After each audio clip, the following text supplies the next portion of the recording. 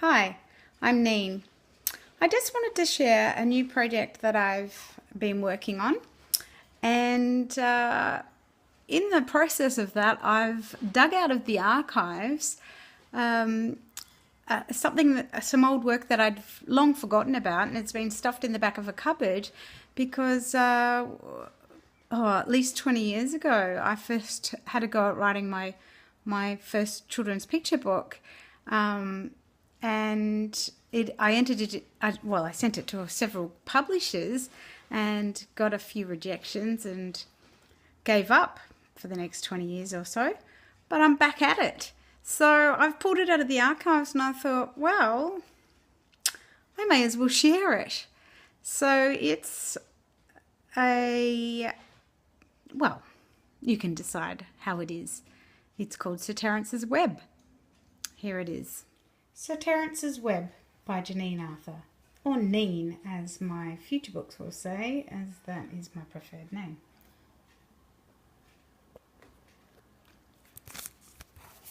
Try not to shake. Sir Terence's Web. Where the glow flies.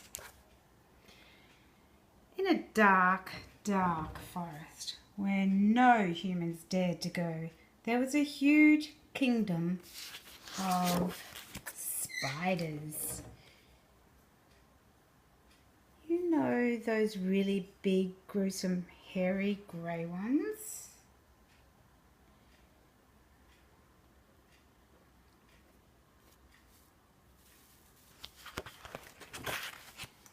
Now, boss of that huge kingdom of spiders was Sir Terence. Now, he was no ordinary gruesome, hairy grey spider. He was gigantic. He could spin the biggest webs, and he was the best flycatcher in the entire kingdom.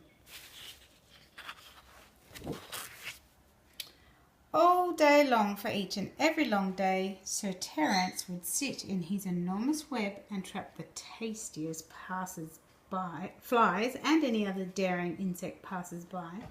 Sometimes he could sneak up on them so quickly that he could even catch them in his bare legs.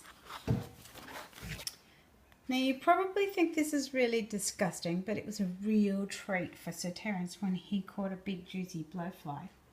And he often did. All of the young spiders used to loved to play in Sir Terence's web. There was lots of fine spun threads to swing down and slide down.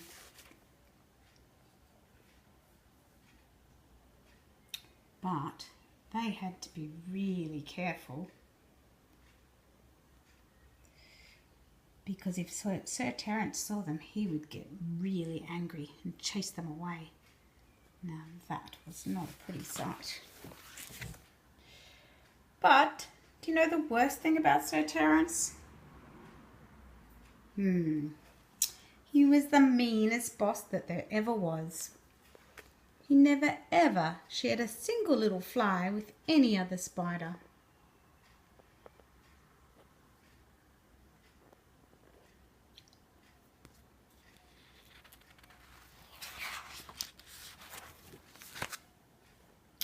One fine spring morning, a batch of eggs was hatching on the tree, right next door to Sir Terence's, when something very strange happened.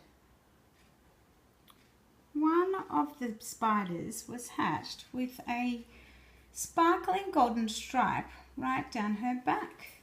She was beautiful. She was mystifying. This was Goldie.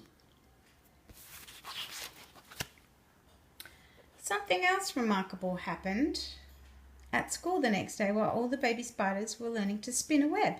I bet you didn't know that spiders went to school, did you?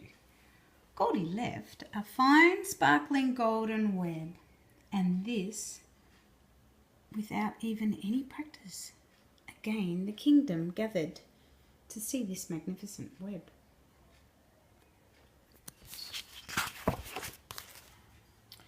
Soon, Goldie's fine, strong golden web caught enough flies and insects to feed the whole kingdom. Sir Terence, the grouchy old boss, was furious.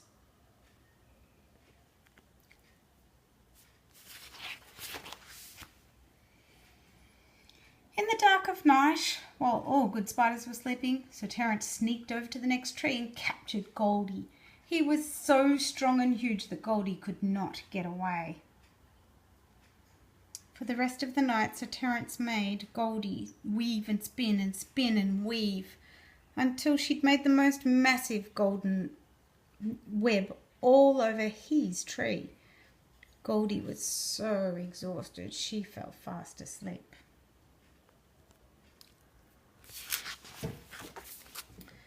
The next morning, Sir Terence noticed a big, fat, juicy blowfly right out in the middle of his shining new web.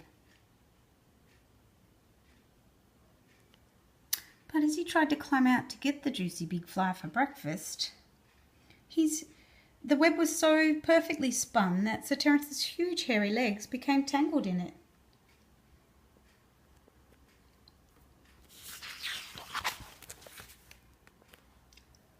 As dawn broke, the kingdom awoke and discovered what had happened during the night. Every spider in the kingdom gathered to see old Sir Terence plead for his life. He tried to free himself, but only got into a bigger tangle. Everyone argued about what they should do. Sir Terence really didn't deserve to be set free, yet it seemed just too cruel to leave him there. Then Goldie woke up with a wonderful idea. The rest of the spiders could help him out, but only if he made a promise so that the entire kingdom could be happy.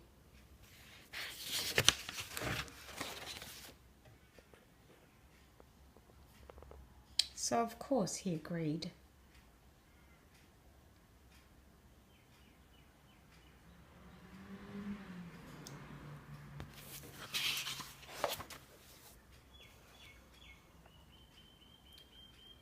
So I hope you like it, and watch out for my new ones 20 odd years on. They're coming. Here's a little blurb about them, and stay posted.